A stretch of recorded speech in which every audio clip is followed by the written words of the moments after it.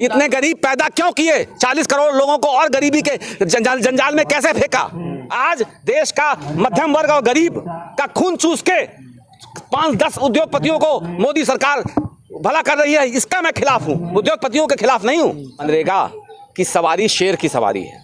जब आदमी शेर की सवारी करता है तो उसका सीना चौड़ा हो जाता है, लेकिन वो भूल जाता है कि जिस समय वो शेर से उतरेगा तो वो शेर उसको खा जाएगा। शेर हैं 30 करोड़ मजदूर। प्रधानमंत्री ने बहुत बेशर्मी से कहा था ये गड्ढे खोदने की योजना है, कांग्रेस का भ्रष्टाचार का पुलिंदा है। अरे तुम भ्रष्टाचार से मुक्त करो, फिर से भुखमरी हो, फिर से भूख से आत्महत्याएं हो, और फिर से इस देश का ग्रामीण मजदूर पलायन करके मोदी के दोस्त उद्योगपतियों के दरवाजे जाने को मजबूर हो।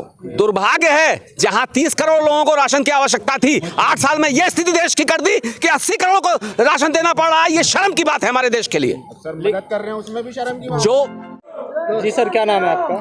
मैं संजय दीक्षित हूं। मनरेगा योजना में जो केंद्रीय रोजगार गारंटी परिषद भारत सरकार का है उसमें मैं 2 कार्यकाल सदस्य रहा हूं और पिछले 15 वर्षों से मनरेगा मजदूर और संविदा कर्मियों के लिए संघर्ष कर रहा हूं। क्या मांगे हैं आप? आज नरेगा संघर्ष मोर्चे का जो पिछले 100 दिन का आंदोलन चल रहा है उसमें मैं शामिल हुआ हूं, और जिस प्रकार केंद्र सरकार मनरेगा को मीठा जहर देकर ऐसा स्थितियां पैदा करना चाहती है कि इस देश का 30 करोड़ मजदूर जिसकी जीविका मनरेगा के पर आधारित थी वो स्वतः मनरेगा छोड़ दे।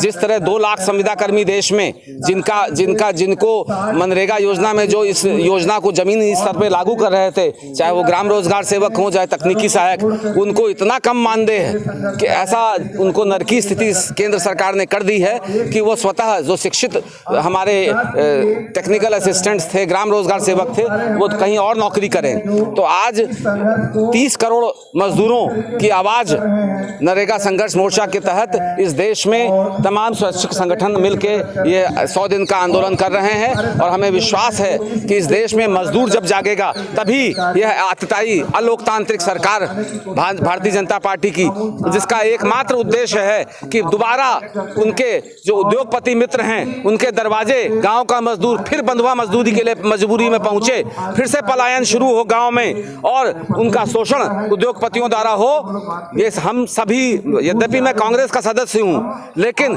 सभी राजनीतिक दलों का नैतिक दायित्व है कि वो मनरेगा योजना को मजबूत करें। आज 200 रुपए औसत मजदूरी मिल रही है मजदूर को, जबकि बाजार में 400 रुपए है। ऐसी कम मजदूरी के कारण, और जो मजदूरी मिलती है वो भी 2-2, 3-3 महीने तक नहीं मिलती। ऐसी स्थिति में केंद्र सरकार का ये षड्यंत्र है कि ऐसी खराब स्थितियां पैदा कर दो कि ये मजदूर स्वतः मनरेगा में काम ना करें और गांव छोड़कर उन उद्योगपतियों के चौराहे पे, चौखट पे फिर से दस्तक दें। लेकिन सर, आप एक कांग्रेस के सदस्य हैं जी। प्रधानमंत्री नरेंद्र मोदी संसद भवन में कहते हैं कि मैं इसे जो नरेगा है मैं उसे कांग्रेस की एक नाकामी के तौर पर चलाता रहूंगा। मैं इसका एक शब्द में जवाब दूंगा, मनरेगा की सवारी शेर की सवारी है। जब आदमी शेर की सवारी करता है तो उसका सीना चौड़ा हो जाता है, लेकिन वो भूल जाता है कि जिस समय वो शेर से उतरेगा तो वो शेर उसको खा जाएगा। शेर हैं 30 करोड़ मजदूर। प्रधानमंत्री ने बहुत बेशर्मी से कहा था ये गड्ढे खोदने की योजना है, कांग्रेस का भ्रष्टाचार का पुलिंदा है। अरे तुम भ्रष्टाचार से मुक्त करो। मनरेगा किसी राजनीतिक दल की योजना नहीं है, केंद्र सरकार और पार्लियामेंट का एक अधिनियम है। इसको खत्म करने की किसी की हैसियत नहीं है। तो ये षड्यंत्र उद्योगपतियों ने रचा कि इसकी हालात इतने खराब कर दो कि स्वतः संविदा कर्मी से लेकर मजदूर मनरेगा में काम करना बंद कर दे, फिर से भुखमरी हो, फिर से भूख से आत्महत्याएं हो, और फिर से इस देश का ग्रामीण मजदूर पलायन करके मोदी के दोस्त उद्योगपतियों के दरवाजे जाने को मजबूर हो। तो कौन से उद्योगपतियों की आप बात कर रहे हैं? देखिए, उद्योगपति बड़ा उद्योगपति तो हर सरकार के दोस्त होते हैं। मैंने क्या कहा, लेकिन अगर आपकी ये बात सही है, लेकिन मनरेगा आने के बाद जो मजदूर उन उद्योगपति के चौखट में गिड़गिड़ाता था मजदूरी के लिए, वही उद्योगपतियों के मैनेजर रेलवे स्टेशन पे प्ले कार्ड लेके खड़े होते थे कि तुम आओ मजदूरी करो, तुम्हें कमरा देंगे, पंखा भी देंगे, क्योंकि पलायन खत्म हो गया था।